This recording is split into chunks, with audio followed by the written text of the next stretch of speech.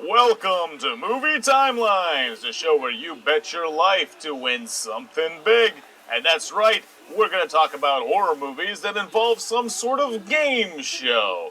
And let's find out if with these movies we're going to win it big or if we're going to lose it all. I don't even know what the rules are, but I don't know. Let's find out after these messages. Number 7. Because from 19... Your intention. Number 4. Let's head back into the past, but not as far back as our first couple, and look at 2009's The Uh-Oh Show. This one starts with the Wizard of Gore himself, Herschel Gordon-Lewis, as a storyteller, telling a bunch of kids some gross stories with beating hearts, and tell them about The Uh-Oh Show, which is a game show with a host named Jackie. And believe it or not, but you'd recognize this guy more with a blonde mullet, some vampire fangs, and shouting, "Garlic don't work!" at a couple of frogs. In the game, you have to answer questions, but if you get it wrong, Radio Saw Rick comes out, and they spin a wheel and chop off whichever limb it lands on.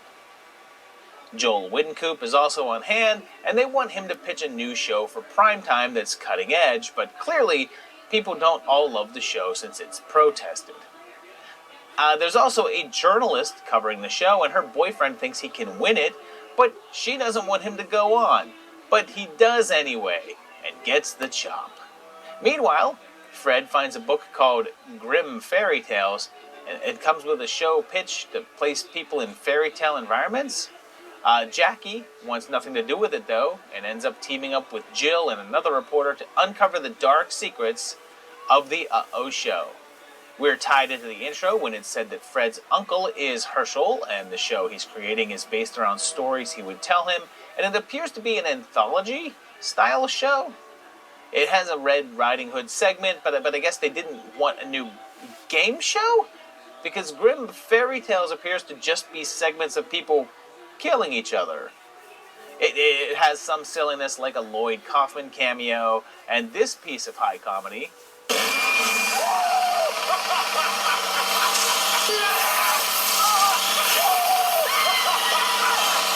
Oscar, are you hurt? And I'd expect nothing less from Herschel Gordon-Lewis, a true legend of the genre. If you're not familiar, this guy has been making intense horror and exploitation flicks since the 60s, and made Blood Feast, 2000 Maniacs, The Gruesome Twosome, The Wizard of Gore, The Gore Girls, and tons more.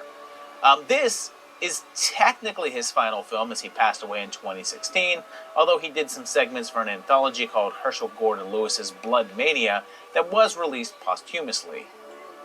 He's from Pittsburgh, which is more props for him, and he retired from film back in 1972 to do other work, and even had to go to jail for 3 years for fraud.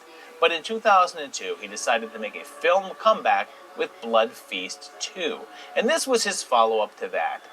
It's not what you'd call a good movie, but it is pretty silly and fun, even if the storyline makes no sense, particularly when the fairy tale monsters just show up at the finale to start killing people like they were real monsters that they hired to put on the show.